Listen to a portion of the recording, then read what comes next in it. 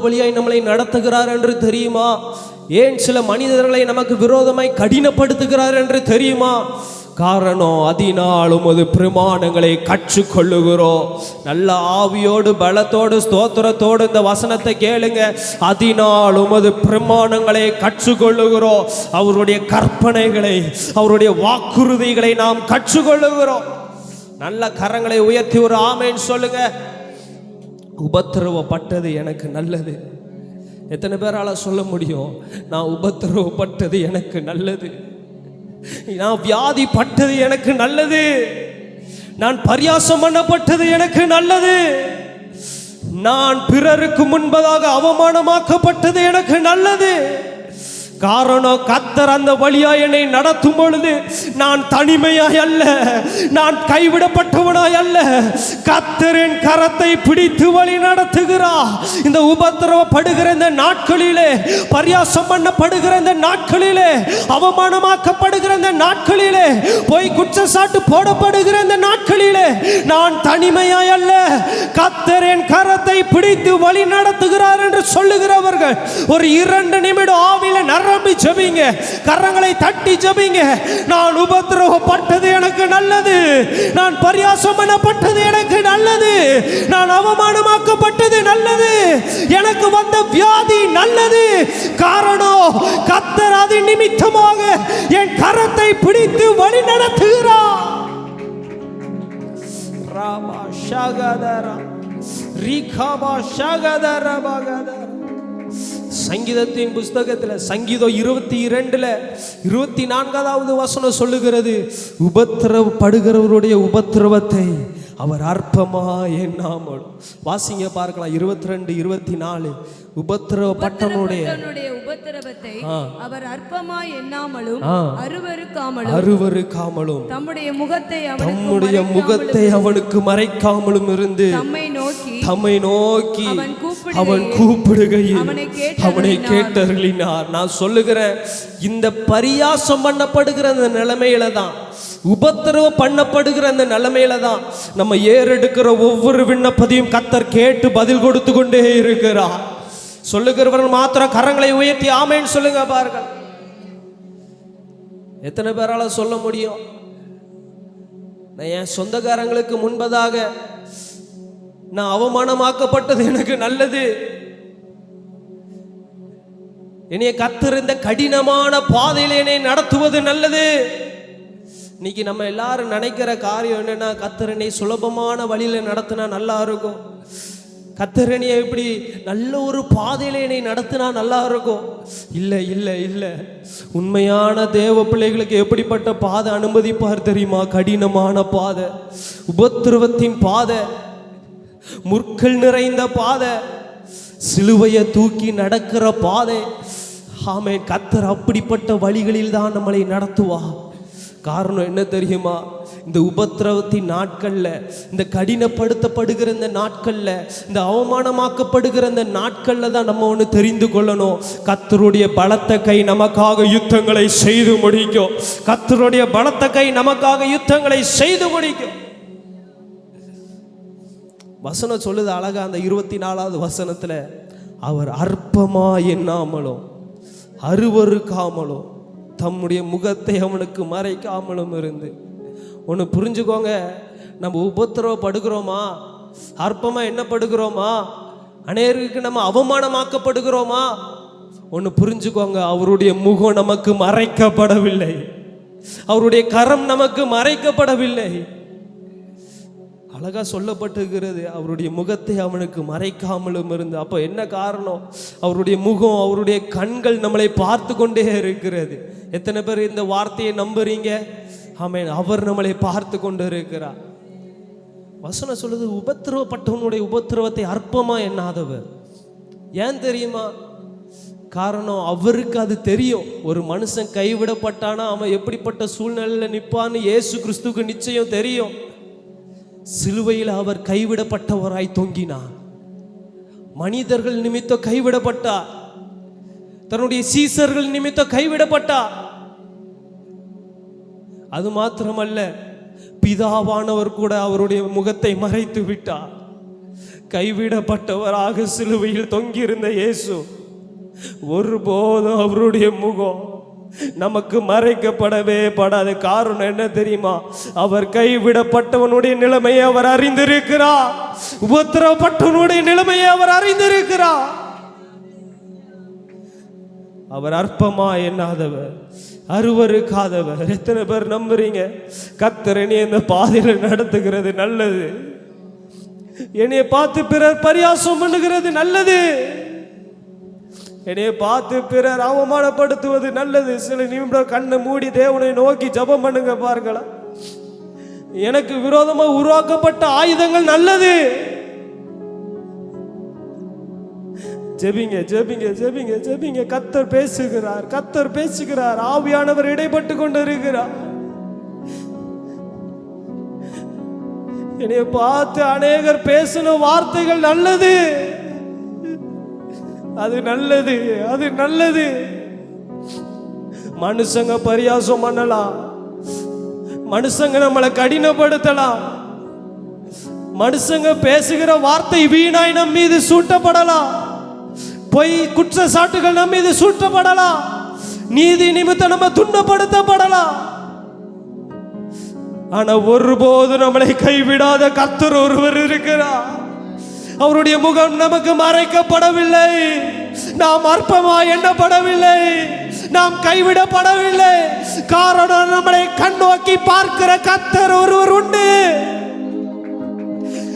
நான் வனாந்திர வழியா நடந்தால் அவருடைய கரம் என்னோடு கூட இருக்கிறது. நான் பாதாளத்திலே படுக்கை போட்டாலும் தேவரீர் அங்கேயும் இருக்கிறேன். எத்தனை பேர் சொல்ல முடியும்? கரங்களை உயர்த்தி சொல்லுங்க பார்க்கலாம். நான் உபத்திரவப்பட்டது எனக்கு நல்லது, நான் உபத்திரவப்பட்டது எனக்கு நல்லது. எத்தனை பேரால சொல்ல முடியும் கர்த்தர் எனக்கு இந்த வியாதியை அனுமதித்தது நல்லதுன்னு சொல்லணுங்க. எல்லா நேரமும் சந்தோஷமா இருந்துட்டு போக முடியாது. எல்லா நேரமும் எல்லா ரோடும் நல்லா இருக்காது. சில இடங்கள்ல குழிகள் வரும், சில இடங்கள்ல மேடுகள் வரும். ஆனா அவைகளில் மத்தியில இருந்துதான் கர்த்தர் நம்மளை கண்ணோக்கி பார்த்து கொண்டு இருக்கிறார். எத்தனை பேர் நம்புறீங்க இது நல்லது எனக்கு? சொல்லுங்க பார்க்கலாம். வாய்களை திறந்து சொல்லுங்க, நான் உபத்திரவப்பட்டது எனக்கு நல்லது. ஆமே. நம்ம சில காரியங்களை தியானிக்க போகிறோம். ஏன் கர்த்தர் இந்த உபத்திரவப்படுத்துகிறார்? ஏன் இந்த உபத்திரவத்தின் பாதைகளை என்னை நடத்துகிறார்? ஏன் இந்த அவமானத்தின் பாதைகளை என்னை நடத்துகிறார்? மோசே ஒரு காரியத்தை சொல்லுகிறார். யாத்ராகமத்தின் புஸ்தகம் 5வது அதிகாரம் 22வது வசனம் 23வது வசனத்தை வாசிக்க கேட்கலாம். அப்பொழுது மோசே கர்த்தரிடத்தில் திரும்பி போய், ஆண்டவரே, இந்த ஜனங்களுக்கு தீங்கு வர பண்ணினது என்ன? இந்த ஜனங்களுக்கு தீங்கு வர பண்ணினது என்ன? ஏன் என்னை அனுப்பினீ? நான் உமது நாமத்தை கொண்டு பேசும்படி பார்வோனிடத்தில் பிரவேசித்தது முதல் அவன் இந்த ஜனங்களை உபத்திரவப்படுத்துகிறார். நீர் உம்முடைய ஜனங்களை விடுதலையாக்கவில்லையே. மோசையை பார்த்து கர்த்தர் சொல்லுகிறார். 3வது அதிகாரத்தில் பார்க்கும் பொழுது ஆமென், மோசையை கர்த்தர் அழைக்கிறார். முட்செடியின் மத்தியில தேவன் மோசையோடு கூட பேசுகிறார். அவனை அழைத்து, நீ எகிப்துக்கு புறப்பட்டு போ, அங்க இருக்கிற என்னுடைய ஜனங்களை நான் உன்னைய கொண்டுதான் விடுதலை ஆக்க போகிறேன் என்று சொல்லுகிறார். இவ்வளவு காரியத்தையும் தேவன் மோசையோடு கூட பேசின பொழுது மோசே அந்த காரியங்கள் எல்லாவற்றிற்கும் கீழ்ப்படிந்து ஆமென் ஆரோனோடு கூட ஆமென் செல்லுகிறார். அற்புத அடையாளங்களை கர்த்தர் சொல்லுகிறார். ஆனா இங்க பார்க்கிறோம், ஆனா என்னைக்கு இந்த காரியத்தை மோசே பார்வோனிடத்துல சொன்னாரோ அன்னைக்கு இஸ்ரவேல் ஜனங்களுக்கு இருந்த உபத்திரவத்தை பார்க்கிலும் இன்னும் அதிக உபத்திரவம் சூட்டப்பட்டது. 5வது அதிகாரம் 9வது வசனத்துல பார்க்கும் பொழுது, அந்த மனிதர் மேல் முன்னிலும் அதிக வேலையை சுமத்துங்கள், அதில் அவர்கள் கஷ்டப்படட்டும், வீண் வார்த்தைகளுக்கு அவர்கள் செவி கொடுக்க விடாதிருங்கள் என்று கட்டளையிட்டான். 11வது வசனத்துல வாசிக்கும் போது, நீங்களே போய் உங்களுக்கு அகப்படுகிற இடங்களில் வைக்கோல் சம்பாதியுங்கள், ஆனாலும் உங்கள் வேலையில் ஒன்றும் குறைக்கப்படுவதில்லை என்று பார்வோன் சொல்லுகிறார் என்றார்கள். பாருங்க, கொடுக்கப்பட்டு கொண்டு இருந்த வைக்கோல் கூட இப்ப கொடுக்கப்படல. என்னைக்கு மோசே பார்வோனிடத்துல போய் தேவனுடைய ஜனங்கள் வனாந்திரத்தில் தேவனுக்கு ஆராதனை செலுத்தணும், பலியிடணும் என்று என்னைக்கு பார்வோனிடத்தில் போய் சொன்னாரோ அன்னைக்கு ஒரு காரியம் நடக்கிறது. அதிக உபத்திரவத்திற்குள்ளாக இஸ்ரவேல் ஜனங்கள் ஆமென் போகப்படுகிறார்கள். அதிக உபத்திரவம். கொடுக்கப்பட்ட சாப்பாடு கூட இப்போ கொடுக்கப்படலை. அதற்குரிய காரியத்தை நீங்களே பார்த்துக்கோங்கன்னு பார்வோன் சொல்லுகிறார். அதிக உபத்திரவம், அதிக உபத்திரவம். இது எல்லாத்தையும் பார்த்து கொண்டிருந்த மோசே ஒரு காரியத்தை செய்கிறார். கர்த்தருடைய சமூகத்தில் விழுந்து ஒரு வார்த்தையை சொல்லுகிறார். ஏன் இந்த ஜனங்களுக்கு தீங்கு வர பண்ணினது என்ன? ஏன் என்னை அனுப்புகிறீர் ஆண்டவரே? ஏன் எனக்கு இந்த உபத்திரவம்? ஏன் இந்த பாடுகள்? ஏன் இந்த பரியாசங்கள்? ஏன் இந்த அவமானங்கள்? ஏன் இந்த வியாதிகள்? முன்னிலும் அதிக உபத்திரவத்திற்குள்ளாக தள்ளப்படுகிறனே. மோசே சொல்லுகிறார் 23வது வசனத்துல கடைசியில சொல்லுகிறார், நீர் உம்முடைய ஜனங்களை விடுதலையாக்கவில்லையே. இவ்வளவு நேரம் அமைதியா இருந்த கர்த்தர், இவ்வளவு நேரமா மௌனமா இருந்த கர்த்தர் 6வது அதிகாரத்துல ஒரு வார்த்தையை சொல்லுகிறார். அப்பொழுது கர்த்தர் மோசேயை நோக்கி, நான் பார்வோனுக்கு செய்வதை இப்பொழுது காண்பாய். பலத்த கையை கண்டு அவர்களை போகவிட்டு, பலத்த கையை கண்டு அவர்களை தன் தேசத்திலிருந்து துரத்தி விடுவான் என்றார். மேலும் தேவன் மோசேயை நோக்கி, நான் யெகோவா. ஹல்லேலூயா. ஒன்று நினச்சிக்கோங்க, இருக்கிற உபத்திரவத்தை விட இன்னும் அதிகமாக நம்ம மீது உபத்திரம் வருதா? முன்னாடி இருந்த பரியாசத்தை விட இப்போ அதிக பரியாசம் நம்ம மீது வருதா? முன்னிலும் இருந்த அவமானத்தை பார்க்கலும் இன்னும் அதிக அவமானங்கள் நம்ம மீது வருகிறதா? புரிஞ்சுக்கோங்க, இனிமேதான் நம்ம கர்த்தருடைய பலத்த கையை நம்ம பார்க்க போகிறோம். நல்லா உற்சாகத்தோடு ஆமேன்னு சொல்லுங்க பாருங்களா. அதுல ஒரு வசனம் சொல்லுகிறது. 3வது வசனத்துல, சர்வ வல்லமையுள்ள தேவன் என்னும் நாமத்தினால் நான் ஆபிரகாமுக்கும் ஈசாக்குக்கும் யாக்கோபுக்கும் தரிசனமானேன். ஆனாலும் யெகோவா என்னும் என் நாமத்தினால் நான் அவர்களுக்கு அறியப்படவில்லை. என்ன அர்த்தம் தெரியுமா? ஆபிரகாம், ஈசாக்கு, யாக்கோபுக்கு என் நாமம் மட்டும்தான் தெரிஞ்சிச்சு. ஆனா அந்த யெகோவா எந்தெந்த கிரியையை செய்வார் என்று அவர்களுக்கு அறியப்படவில்லை. எப்போ அறியப்படும் தெரியுமா? எப்போ நாம் ஆராதிக்கிற தேவன் சர்வ வல்லமையுள்ள தேவன் என்று நாம் அறிந்து கொள்வோம் தெரியுமா? இப்படிப்பட்ட உபத்திரவத்தின் பாதையில நடக்கும்போது, இப்படிப்பட்ட பரியாசத்தின் மத்தியில நம்ம நடக்கும்போது, இப்படிப்பட்ட அவமானத்தின் மத்தியில நடக்கும் பொழுது, சம்பந்தம் இல்லாத வியாதிகள் வரும் பொழுது நாம் ஒன்று புரிந்து கொள்ளுகிறோம். நான் ஆராதிக்கிற தேவன் சர்வ வல்லவர்.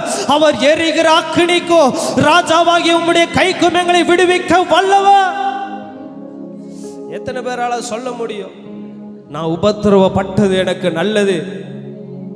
அதுவரைக்கும் சர்வ வல்லமையுள்ள தேவன் என்று அவன் யாருக்கும் அவர் வெளிப்படவில்லை, அறியப்படவில்லை. ஆனா என்னைக்கு இஸ்ரவேல் ஜனங்கள் அதிக உபத்திரவத்திற்குள்ளாக போகப்பட்டார்களோ, நம்ம நினைக்கிறோம் நான் பரியாசம் பண்ணப்பட்டதை யாரும் பார்க்கலையே, எல்லாரும் முன்னாடி நான் பரியாசம் பண்ணப்பட்டேன். கர்த்தர் அதை பார்த்தாரா? ஆமா, கர்த்தர் பார்த்து கொண்டு இருக்கிறார். இந்த வியாதியில நான் ரொம்ப நாள் ஜெபித்து கொண்டு இருக்கிறேன், இது என்னை விட்டு நீங்கணும்னு. என் ஜெபம் கேட்கப்படுகிறதா? ஆமா, கர்த்தர் கேட்டுக்கொண்டே இருக்கிறார், பார்த்து கொண்டே இருக்கிறார். இந்த உபத்திரவத்தின் நாட்கள்ல கர்த்தர் இந்த உபத்திரவத்தை பார்த்து கொண்டு இருக்கிறாரா? ஆமா, கர்த்தர் பார்த்து கொண்டே இருக்கிறார். அவருடைய முகம் மறைக்கப்படவே இல்லை. அடுத்து அதே 7வது அதிகாரத்தில் நம்ம தொடர்ந்து பார்க்கும் பொழுது, நம்ம அதிக உபத்திரவத்திற்குள்ளாக வரும்பொழுது தான் அவருடைய பலத்த கையை நம்மளால் பார்க்க முடியும். அவருடைய நாமத்தினுடைய அந்த விலையேறப்பெற்ற கிரியையை நம்மளால் பார்க்க முடியும். 7வது அதிகாரம் 3வது வசனத்தை வாசிக்கும் பொழுது, நான் பார்வோனின் இருதயத்தை கடினப்படுத்தி எகிப்து தேசத்தில் என் அடையாளங்களையும் அற்புதங்களையும் மிகுதியாய் நடப்பிப்பேன். பாருங்க, நம்ம உபத்திரவத்தின் பாதையில, அதிக உபத்திரவத்தின் பாதையில நடக்கும்போது தான் ஒன்று நடக்கும், அடையாளங்களையும் அற்புதங்களையும் மிகுதியாய் அவர் நடப்பிப்பார். உற்சாகமா ஒரு ஆமேன்னு சொல்லுங்க பார்க்கலாம். எப்போ நம்ம இந்த அற்புதங்களையும் அடையாளங்களையும் மிகுதியா பார்க்க முடியும்னா, இந்த உபத்திரவத்தின் பாதையில தான். ஆமே, இந்த வியாதியின் பாதைகள்ல தான். பாருங்க, நான் ஒரு காரியத்தை சொல்லுகிறேன். இதை யாருக்காண்டி ஆண்டவர் பேசுகிறார் என்று தெரியவில்லை. 12வது வசனத்தை வாசிக்கும் பொழுது, அவர்கள் ஒவ்வொருவனாக தன் தன் கோலை போட்டபோது அவைகள் சர்ப்பங்களாயின, ஆரோனுடைய கோலோ அவர்களுடைய கோல்களை விழுங்கிற்று. பார்க்கிறோம், இந்த அதிக உபத்திரவத்தின் நாட்களில் தான் அற்புதங்கள் அடையாளங்கள் மிகுதியாய் நடக்கும். ஹல்லேலூயா. நல்ல உற்சாகத்தோடு ஆவில நிரம்பி நம்ம எல்லாரும் ஜெபிக்க போகிறோம் கொஞ்ச நேரமாக. ஆமென். அந்த இங்கே ஆரோனை பார்க்கிறோம், ஆரோனுடைய கோல் போடப்பட்டது கீழே, அது சர்ப்பமாய் மாறினது. பார்வோன் சிரிச்சுக்கிட்டே சொல்லுகிறாரு, அவனுடைய சூனியக்காரர்களையும் மந்திர வித்தை செய்கிறவர்களையும் கூப்பிட்டு சொல்லுகிறார், இப்போ அவர்களும் கோல்களை போடுகிறார்கள், அதுவும் சர்ப்பமாய் மாறினது. ஆனா வசனம் சொல்லுகிறது, ஆரோனுடைய கோலோ அவர்களுடைய கோல்களை விழுங்கிடுச்சு. இதுக்கு என்ன அர்த்தம் தெரியுமா? இதுக்கு என்ன அர்த்தம் தெரியுமா? கொஞ்சம் கண்ணை மூடி ஜெபிங்க. இதுக்கு என்ன அர்த்தம் தெரியுமா? சிலருடைய சாட்சிகளை பார்க்கிலோ உபத்திரவத்தின் பாதையில நடக்கிறவருடைய சாட்சி அவர்களுடைய சாட்சிகளை விழுங்க தொடங்கும். ஆண்டவர் பாரத்தோடு பேசிக்கொண்டு இருக்கிறார். கண்ணை மூடி ஜெபிங்க பார்க்கலாம், கண்ணை மூடி ஜெபிங்க பார்க்கலாம். ஹல்லேலூயா, ஹல்லேலூயா, ஹல்லேலூயா, ஹல்லேலூயா, ஹல்லேலூயா. மற்றவருடைய அபிஷேகத்தை பார்க்கிலோ எனக்குள்ள இருக்கிற அபிஷேகம் மற்ற அபிஷேகத்தை விழுங்கி போடும். காரணம், இது உபத்திரவத்திலிருந்து உருவான அபிஷேகம். மற்றவருடைய சாட்சிகளை பார்க்கிலோ என்னுடைய சாட்சி அவர்கள் சாட்சியை விழுங்கி போடும். காரணம், இது பரியாசத்தின் மூலமா உருவான சாட்சிகள். ஜெபிங்க, ஜெபிங்க, ஜெபிங்க, ஜெபிங்க. மௌனமா இருக்க வேண்டாம். கர்த்தர் சிலரோடு பிரத்யட்சமாய் பேசிக்கொண்டு இருக்கிறார், பிரத்யட்சமாய் பேசிக்கொண்டு இருக்கிறார். இந்த உபத்திரவத்தின் பாதையில கர்த்தர் ஏன் நடத்துறாரு தெரியுமா? இந்த பாதையில கர்த்தர் ஏன் நடத்துகிறார் தெரியுமா? இந்த அவமானத்தின் பாதையில கர்த்தர் ஏன் நடத்துகிறார் தெரியுமா? உங்க சாட்சி சிலருடைய சாட்சிகளை விழுங்கும். உங்களுடைய அபிஷேகம் சிலருடைய அபிஷேகத்தை விழுங்கி போடும். ராபா ஷகதரா ரிகபா சந்தடகதடபா. ஜெபிங்க, ஜெபிங்க, ஜெபிங்க, ஜெபிங்க, ஜெபிங்க. வாரத்தோடு ஜெபிங்க. கர்த்தர் பேசுகிறார், கர்த்தர் பேசுகிறார். சில ஆண்டுகள் கழித்து உன் சாட்சி மற்றவர்கள் சாட்சியை விழுங்கோ. உன் அபிஷேகம் மற்றவருடைய அபிஷேகத்தை விழுங்கோ. ராபா ஷகதரா பகத ரிகபகதரபா ஷகதரா பகதரா. ஆரோனுடைய கோலோ அவர்களுடைய கோல்களை விழுங்கிச்சு. உபத்திரவத்தின் மத்தியில நடந்தவனுடைய கோல் சாதாரணமானது அல்ல. அவனுடைய அபிஷேகம் சாதாரணமானது அல்ல. அவனுடைய முழங்கால் சாதாரணமானது அல்ல. அவனுடைய ஜபங்கள் சாதாரணமானது அல்ல. அவனுடைய அபிஷேக சாட்சிகள் சாதாரணமானது அல்ல.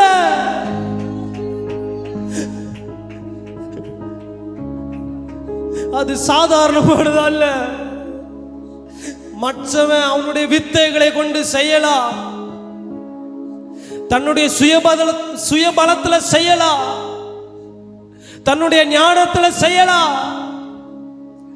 ஆனா உபத்திரத்தின் வழியா நடந்து வந்தவங்க, பரியாசத்தின் வழியாய் நடந்து வந்தவங்க, அவமானத்தின் வழியாய் நடந்து வந்தவங்க, வியாதியின் வழியாய் நடந்து வந்தவங்களுடைய சாட்சி அவர்களுடைய சாட்சிகளை விழுங்கோ.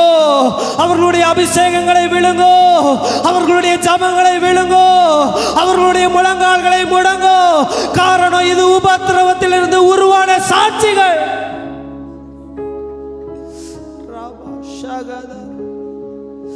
7வது அதிகாரத்தில் வசனம் அழகாய் சொல்லுகிறது, ஆரோனுடைய கோலோ அவர்களுடைய கோல்களை விழுங்கிடுச்சு. நான் சொல்லுகிறேன், இன்னைக்கு உங்களை பார்த்து கர்த்தர் பேசுகிற வார்த்தை, சில நாள் கழித்து, சில மாதங்கள் கழித்து, சில வருடங்கள் கழித்து கர்த்தர் செய்ய போகிற காரியம் எப்படிப்பட்டது தெரியுமா? உங்க கண்கள் அவருடைய பலத்த கைகளை பார்க்கும். உங்களுடைய சாட்சி மற்றவர்களுடைய சாட்சிகளை விழுங்கி போடும். விசுவாசிக்கிறவங்க கரங்களை உயர்த்தி ஆமென் சொல்லுங்க பாருங்களா. சாதாரணமா கிடையாது. சாதாரணமா ஆரோனுடைய கோல் மற்றவருடைய கோல்களை விழுங்கல. காரணம், இது அதிக உபத்திரவத்தின் மூலமாய் உண்டானது. சந்தோஷப்படுங்க. இந்த பாதையில கர்த்தர் நடத்துகிறாரா, சந்தோஷப்படுங்க. பரியாசம் பண்ணப்படுகிறீர்களா, சந்தோஷப்படுங்க. அவமானமாக்கப்படுகிறீர்களா, சந்தோஷப்படுங்க. காரணம், கர்த்தர் என்னை புடமிட்டது பின்பாக நான் சுத்த பொண்ணாக விளங்குவேன். எத்தனை பேர் நம்புறீங்க? இந்த உபத்திரவத்தின் நாட்கள் முழுமையா இருக்குமான்னு கேட்டா கிடையாது. ரொம்ப நாள் இருக்குமான்னு கேட்டா கிடையாது. முடிவு நல்லதாய் மாறும். முடிவு நல்லதாய் மாறும். நம்புகிறவங்க மாத்திர கரங்களை உயர்த்தி ஒரு ஆமேன்னு சொல்லுங்க பாருங்களா. யோபுனுடைய வாழ்க்கையில யோபு ஒரு காரியத்தை சொல்லுகிறார். யோபு 30வது அதிகாரம் 27வது வசனம். 30:27. என் குடல்கள் கொதித்து அமராது இருக்கிறது, உபத்திரவ நாட்கள் என்மேல் வந்தது. உபத்திரவ நாட்கள் என்மேல் வந்தது. யோபு ஒரு காரியத்தை சொல்லுகிறார், இந்த உபத்திரவத்தின் நாட்கள் என்மேல் வந்தது. யோபு எப்படிப்பட்ட உபத்திரவத்துக்குள்ளாக போகப்பட்டது தெரியுமா? சில காரியத்தை நம்ம தியானிக்க போகிறோம். தியானிக்கும் பொழுது உங்களுக்குள்ள ஒரு நம்பிக்கை உண்டாகும், நான் ஆராதிக்கிற தேவன் ஜீவன் உள்ளவர் என்று. யோபு 1வது அதிகாரத்தில் 2வது வசனம் 3வது வசனம் சொல்லப்பட்டு இருக்கிறது. அவனுக்கு 7 குமாரரும் 3 குமாரத்திகளும் பிறந்தார்கள். அவனுக்கு 7000 ஆடுகளும் 3000 ஒட்டகங்களும் 500 ஏர்மாடுகளும் 500 கழுதைகளும் ஆகிய மிருக ஜீவன்கள் இருந்ததும் அன்றி திரளான பணிவிடைக்காரரும் இருந்தார்கள். அதனால் அந்த மனுஷன் கிழக்கத்தி புத்திரர் எல்லாரிலும் பெரியவனாக இருந்தான். நல்லா புரிஞ்சுக்கோங்க, 7 குமாரரும் 3 குமாரத்திகளும் இருக்கிறாங்க. 7000 ஆடுகள், 3000 ஒட்டகங்கள், 500 ஏர்மாடுகள், 500 கழுதைகளும் ஆகிய மிருக ஜீவன்கள் இருந்ததும் அன்றி திரளான பணிவிடைக்காரரும் இருந்தாங்க. இப்ப நம்ம வாசிக்க போகிறோம். 14வது வசனத்தை வாசிங்க. 14ல இருந்து வாசிங்க. ஒரு ஆள் அவனிடத்தில் வந்து எருதுகள் உழுகிற போது கழுதைகள் அவைகளின் பக்கத்திலே மேய்ந்து கொண்டிருக்கையில் சபையர் அவைகள் மேல் விழுந்து அவைகளை சாய்த்து கொண்டு போனார்கள். வேலையாட்களையும் பட்டய கருக்கினால் வெட்டி போட்டார்கள். நான் ஒருவன் மாத்திரம் தப்பி அதை உமக்கு அறிவிக்கும்படி வந்தேன் என்றார். பாருங்க, என்னதெல்லாம் போயிட்டு எருதுகளும் கழுதைகளும், எருதுகளும் கழுதைகளும் இப்போ போயிட்டு அவ்வளோதான். மொத்தம் எத்தனை ஆயிடுச்சு? 500 ஏர்மாடுகள், 500 கழுதைகள், மொத்தம் எத்தனை ஆயிட்டு? 1000. இப்போ அதுக்கு கீழே வாசிங்க பார்க்கலாம். இவன் இப்படி பேசிக் கொண்டிருக்கையில் வேறொருவன் வந்து வானத்திலிருந்து தேவனுடைய அக்கினி விழுந்து ஆடுகளையும் வேலையாட்களையும் சுட்டரித்து போட்டது. நான் ஒருவன் மாத்திரம் தப்பி. இப்போ என்னது போயிட்டு? ஆடு போயிட்டு.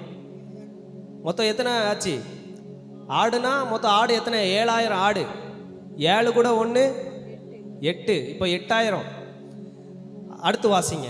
இவன் இப்படி பேசிக் கொண்டிருக்கையில் வேறொருவன் வந்து கல்தேயர் 3 பவுஞ்சாய் வந்து ஒட்டகங்கள் மேல் விழுந்து ஒட்டகம் அவைகளை ஓட்டிக்கொண்டு போனார்கள். இப்போ ஒட்டகம் எத்தனை? 3000. இப்போ எத்தனை? 8 கூட ஒரு 3 11 ஆயிட்டு. இப்போ தொடர்ந்து வாசிங்க. 18. இவன் இப்படி பேசிக் கொண்டிருக்கையில் வேறொருவன் வந்து உம்முடைய குமாரரும் உம்முடைய குமாரத்திகளும் தங்கள் மூத்த சகோதரன் வீட்டிலே புசித்து திராட்சரசம் குடிக்கிற போது வனாந்தர வழியாய் பெருங்காற்று வந்து அந்த வீட்டின் 4 முளையிலும் அடிக்க அது பிள்ளைகள் மேல் விழுந்ததினால் அவர்கள் இறந்து போனார்கள். இப்ப யாரு மரிச்சு போயிட்டா? பிள்ளைகள் மொத்தம் எத்தனை பேரு? 10 பேரு. 11 கூட ஒரு 10 எத்தனை? 21. சோத்திரம். 11,000 கூட ஒரு 10 11,010 21,000. சோத்திரம். 11,010 ஜீவன்கள். அது மாத்திரம் கிடையாது, அதுல போடப்பட்டிருக்கிறது வேலைக்காரர்கள் மரித்து போனார்கள். எத்தனை வேலைக்காரங்க மரிச்சு போனாங்கன்னு தெரியாது. அப்போ இப்போ கணக்குப்படி பார்த்தா எத்தனை ஜீவன் செத்து போயிருக்கு? 11,000. பைப்புறீகளை நம்பரை சொல்றதுக்கு சோத்திரம். ஆமா, 11,010 திரளான வேலைக்காரர்களும் இருந்தார்கள். அவர்களும் மரித்து போனார்கள். எத்தனை பேர் மரிச்சு போனாங்கன்னு தெரியல. ஆனா இப்போ கணக்குப்படி பார்க்கும்போது 11,010. இது மாத்திரம் கிடையாது, அவருடைய சரீரத்திலையும் வியாதி. அவருக்கு இருந்த சொத்து சுகம் எல்லாமே போயிட்டு, இப்போ அவருக்கு சொத்துன்னு ஒன்னே தான் இருக்கு. அந்த ஒரு ஓடு மட்டும்தான் அவருக்கு ஒரு சொத்து. அதை வச்சுட்டு அந்த புண்களை சுரண்டி கொண்டே இருப்பார். வியாதிகளின் மத்தியில், உபத்திரவத்தின் மத்தியில் யோபு செல்லப்பட்டார். ஏனே தெரியாது. எதுவும் பாவம் செஞ்சாரா யோபு? எதுவும் தப்பு பண்ணாரா? இல்லை, நீதிமானா இருந்தார், உத்தமனா இருந்தார். ஆனால் உபத்திரவத்தின் நாட்களுக்குள்ளாக போகப்பட்டார். அது மாத்திரமல்ல, அவனுடைய வேலைக்காரர்கள் கூட பரியாசம் பண்ணுகிறார்கள், சிறு பிள்ளைகள் பரியாசம் பண்ணுகிறார்கள். ஆனால் இவ்வளவு பிரச்சனைகளும் இவ்வளவு உபத்திரவத்திற்குள்ளாகவும் யோபு செல்லும் பொழுது ஒன்னே சொல்லுகிறார், என் மீட்பர் உயிரோடு இருக்கிறார். ஒன்னே புரிஞ்சுக்கோங்க, எவ்வளவு உபத்திரவம் வந்தாலும், எவ்வளவு பரியாசங்கள் வந்தாலும், எவ்வளவு வியாதிகள் வந்தாலும் ஒன்று புரிஞ்சுக்கோங்க, நம்ம ஆராதிக்கிற தேவன் உயிரோடு இருக்கிறார். அந்த உபத்திரவத்தின் நாட்களில் நம்ம ஒன்று சொல்லணும், ஏ வியாதியே, நான் ஆராதிக்கிற தேவன் உயிரோடு இருக்கிறார். பேசுங்க, உங்க சத்துருக்களை பார்த்து பேசுங்க, நான் ஆராதிக்கிற தேவன் உயிரோடு இருக்கிறார். நான் மரித்த தேவத்தை ஆராதிக்கவில்லை, அவர் சதா காலங்களிலும் உயிரோடு இருக்கிறவர். அழகா சொல்லுகிறார் யோபு, என் மீட்பர் உயிரோடு இருக்கிறார். கர்த்தரை ஸ்தோத்தரிக்கிறாரு பாருங்க 21வது வசனத்துல, நிர்வாணியா என் தாயின் கற்பத்திலிருந்து வந்தேன், நிர்வாணியாய் அவ்விடத்திற்கு திரும்புவேன். கர்த்தர் கொடுத்தார், கர்த்தர் எடுத்தார், கர்த்தருடைய நாமத்திற்கு ஸ்தோத்திரம் என்றார். பரியாசம் பண்ணப்படுறீங்களா? அவமானமாக்கப்படுறீங்களா? ஒன்று மாத்திரம் செய்யுங்க, ஸ்தோத்திரம் சொல்லிக்கொண்டே இருங்க, கர்த்தருக்கு நன்றி செலுத்தி கொண்டே இருங்க. ஆண்டவரே, இந்த பரியாசத்திற்காக நன்றி, இந்த வியாதிக்காக நன்றி, இந்த உபத்திரவத்திற்காக நன்றி. நீங்க நன்றி சொல்ல சொல்ல சொல்ல சொல்ல உபத்திரவத்தின் நாட்களுக்கு பதிலாக இரட்டத்தனையான நாட்களை கர்த்தர் கட்டளையிடுவார். இந்த முடிவு பாருங்க, முடிவு நல்லதுன்னு சொன்னது போல முடிவு சாதாரணமாய் முடியவில்லை. அவன் இழந்ததை பார்க்கிற ஒரு இரட்டத்தனையாய் கர்த்தர் யோபுவை ஆசீர்வதிக்க தொடங்கினார். ஹல்லேலூயா. சில உபத்திரவத்தின் பாதைகளில் நம்ம நடக்கும் பொழுதுதான் கர்த்தருடைய பலத்த கைகளை நம்மளால் பார்க்க முடியும். ஒரே காரியத்தை சொல்லுகிறேன், எல்லா உபத்திரவங்களும் கர்த்தர் ஆசீர்வதிக்கிறதுனால கர்த்தர் செய்கிற செயல் என்று நம்ம நினைக்கக்கூடாது. சில உபத்திரவங்கள், சில கடினமான பாதைகள், சில வியாதிகள், சில பரியாசங்கள் நாம் செய்கிற பாவத்தின் நிமித்தமாகவும் வரலாம். நம்ம குடும்பத்தில் யாரோ செய்கிற பாவத்தின் நிமித்தமாக கூட வரலாம், துணிகரத்தின் நிமித்தமாக கூட வரலாம். அதனால நம்ம ஆண்டவர்கிட்ட நம்ம சொல்ல போகிறோம், ஆண்டவரே, நான் உபத்திரவப்படுகிறது நல்லது. நான் சொல்லுகிறேன், ஒரு நிமிஷம் அந்த பாவத்து நிமித்தம் வந்த உபத்திரவமா இருக்கலாம், பாவத்து நிமித்தம் உண்டான வியாதியா இருக்கலாம், துணிகரத்து நிமித்தம் வந்த உபத்திரவத்தின் நாட்களா இருக்கலாம். இதற்கு வேற வழியே கிடையாது. நீங்க கர்த்தர் கரத்துல விழுந்துதான் ஆகணும், கர்த்தர் கரத்துல விழுந்துதான் ஆகணும். ஆமென். ஒரு நிமிடமாக எல்லாரும் எழுமி நின்று, உம்மை நம்பி நடக்கிறேன் தகப்பனே, உங்க பாதை நன்மை என்று நம்புகிறேன், உம்மை நம்பி நடக்கிறேன் இயேசுவே, உங்க பாதை நன்மை என்று நம்புகிறேன். நீங்க பிடிச்சிடுங்க உங்க கரத்தால என்ன, நீங்க நடத்திடுங்க உங்க சித்தம் போல என்ன, நீங்க பிடிச்சிடுங்க உங்க கரத்தால என்ன, நீங்க நடத்திடுங்க உங்க சித்தம் போல நீங்க பிடிச்சிடுங்க, நீங்க பிடிச்சிடுங்க உங்க கரத்தால என்ன, நீங்க நடத்திடுங்க உங்க சித்தம் போல என்ன, நீங்க பிடிச்சிடுங்க உங்க கரத்தால என்ன, என்ன நடத்திடுங்க உங்க சித்தம் போல என்ன. ஜெபிங்க பாருங்களா. ஒரு 2 நிமிடம் நம்ம ஜெபித்து முடிக்க போகிறோம். ஆண்டவரே, நான் உபத்திரவப்பட்டது எனக்கு நல்லது, நான் பரியாசம் பண்ணப்பட்டது எனக்கு நல்லது, இந்த வியாதிகள் எனக்கு நல்லது, இந்த கடினமான பாதைகள் எனக்கு நல்லது. ஜெபிங்க ஜெபிங்க ஜெபிங்க. மௌனமா இருக்க வேண்டாம், யாரும் வேடிக்கை பார்க்க வேண்டாம். கண்களை மூடி ஜெபிங்க, கண்களை மூடி ஜெபிங்க. யாரும் நிர்விசாரணமா இருக்க வேண்டாம். ஜெபிங்க ஜெபிங்க ஜெபிங்க ஜெபிங்க. உங்களுக்காக நீங்க ஜெபிக்கலனாலும் இங்க வந்திருக்கிற சில ஆத்மாக்களுக்காக ஜெபிங்க. கர்த்தர் பேசணும் என்று ஜெபிங்க, கர்த்தர் விடுதலையாகணும் என்று ஜெபிங்க. ஹல்லேலூயா ஹல்லேலூயா ஹல்லேலூயா ஹல்லேலூயா.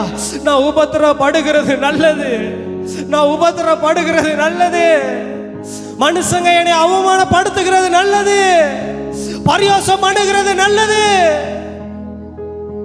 ஹல்லேலூயா ஹல்லேலூயா ஹல்லேலூயா ஹல்லேலூயா ஹல்லேலூயா. ஆவியானவர் மறுபடியும் உணர்த்துகிற காரியம், உங்க சாட்சி மற்றவங்க சாட்சியை விழுங்குற நாட்கள் வருகிறது. உங்க சாட்சி மற்றவர்கள் சாட்சியை விழுங்குற நாட்கள் வருகிறது. உங்க ஜபங்கள் மற்றவர்களுடைய ஜபங்களை விழுங்குற நாட்கள் வருகிறது. ஓ, உங்களுடைய அபிஷேகம் மற்றவருடைய அபிஷேகங்களை விழுங்குற நாட்கள் வருகிறது. ரூமை பூட்டிட்டு உட்கார்ந்து கொண்டு இருக்கிறவங்களுடைய அபிஷேகத்தை பார்க்கிலோ இந்த உபத்திரவத்தின் நாட்களை நடந்து வருவருடைய அபிஷேகங்கள் அவைகளை விழுங்கி போடும், அவைகளை விழுங்கி போடும், அவைகளை விழுங்கி போடும்.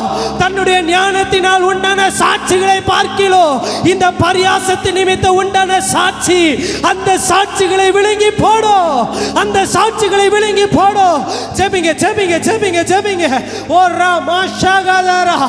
ஸ்தேவானே, நீ பந்தி விசாரிப்பின் நாட்களை இருக்கும் பொழுது தரிசனம் உனக்கு உண்டாகாது. என்னைக்கு ஜனங்கள் கல்லெறிவதற்கு வருகிறார்களோ அன்னைக்கு உன் கண்கள் திறக்கப்படும். அன்னைக்கு பரலோகத்தின் சாட்சிகளை பார்க்க முடியும். தேவதூதர்கள் இறங்குறதோ ஏறுகிறமான காரியத்தை பார்க்க முடியும்.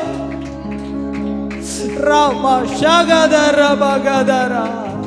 யாக்கோபே யாக்கோபே, நீ கூடாரத்தில் இருக்கிற வரைக்கும் தரிசனம் உனக்கு வராது. என்னைக்கு வனாந்தர வழியாய் நீ நடக்க தொடங்குறாயோ, இன்னைக்கு உபத்திரவத்தின் நாட்களில் நடக்க தொடங்குறாயோ, அன்னைக்கு கர்த்தருடைய தரிசனத்தை நீ பார்ப்ப. அன்னைக்கு வானம் திறக்கப்படுகிறத பார்ப்ப. அன்னைக்கு தேவதூதர்கள் ஏறுகிறது இறங்குறது பார்ப்ப. எத்தனை பேரால இப்ப சொல்ல முடியும், நான் உபத்திரவப்பட்டது எனக்கு நல்லது, நான் உபத்திரவப்பட்டது எனக்கு நல்லது, கர்த்தர் என்னை இந்த வனாந்தர வழியாய் என்னை நடத்துகிறது நல்லது, கர்த்தர் என்னை தாமதிக்கிறது நல்லது, என்னை காத்திருக்க வைப்பது நல்லது. ஹல்லேலூயா ஹல்லேலூயா. நீங்க பிடிச்சிடுங்க உங்க கரத்தால என்ன, நீங்க நடத்திடுங்க உங்க சித்தம் போல. நீங்க பிடிச்சிடுங்க உங்க கரத்தால என்ன, நீங்க நடத்திடுங்க உங்க சித்தம் போல என்ன. பல நெருக்கத்தின் மத்தியிலையும் பாடுகளின் மத்தியிலையும் கடந்து வந்தாலும் அவர் கைவிடாதவர். ஏன் உபத்திரம் வருது, ஏன் பாடு வருது? அன்னைக்கு யோபு அந்த பாடுகள் வழியிலே கடந்து வந்ததினாலே யோபுவின் சரித்திரம் என்று சொல்லப்படுகிறது. யோபுவின் சரித்திரம் என்று சொல்லப்படுகிறது. யோபு தன் பாதையிலே கடந்து வந்தாலும் மனிதர்கள் மத்தியிலே பரியாசம் பண்ணப்பட்டார், இழக்கப்பட. என் கட்டண மனைவி கூட பரியாசம் பண்ணினா, தேவனை தூசித்து ஜீவனை விடும் என்று சொன்னார். அந்த வழியிலே கடந்து பண்ணாலும், மாம்சமானவர்கள் பரியாசம் பண்ணினாலும், சொந்த பந்தங்கள் பரியாசம் பண்ணினாலும், கைவிடாத தேவன் நம்மளை உயர்த்துறவர். கொஞ்சம் கரங்களை தட்டி ஓ ரா கத்த ரபா லபா ரீமானா சந்த ரகத கொஞ்சம் ஆவில நிரம்பி ஓ ரா கத்த ரபா லபா. உபத்திரப்பட்டவனுடைய உபத்திரவத்தை அற்பமா எண்ணாத தேவன், அருவருக்காத தேவன், முகத்தை மறைக்காத தேவன், ஜபத்தை கேட்கிற தேவம். கரங்களை தட்டி ஓ ரா காபா லபா. நம்மளை அதிசயமாய் நடத்துகிற தேவன், வனாந்தரத்திலே நடத்துகிற தேவன், நேர்வழியாய் நடத்துகிற தேவன். ஓ ரா கத்த ரபா லபா. கர்த்தருடைய மகிமை, கர்த்தருடைய மகிமை, கர்த்தருடைய பிரசன்னம் ஒவ்வொரு மேலும் இறங்குவதாக. ஆண்டவரே, நான் உபத்திரப்பட்ட நல்லது, பிரமாணங்களை கற்றுக்கொண்டேன் என்று சொன்னது போல கற்றுக்கொள்ள கத்தர் கிருபை தாங்க. வந்த ஒவ்வொருவரையும் ஆசீர்வதிங்கப்பா, பலப்படுத்துங்கப்பா. நன்மையும் கிருபையும் உண்டாகட்டும். இயேசுவின் நாமத்தில் செபிக்கிறோம் நல்ல பிதாவே. ஆமேன், ஆமேன், ஆமேன். அப்படி அல்லேலூயா. நாளைக்கு மண்டபத்தில்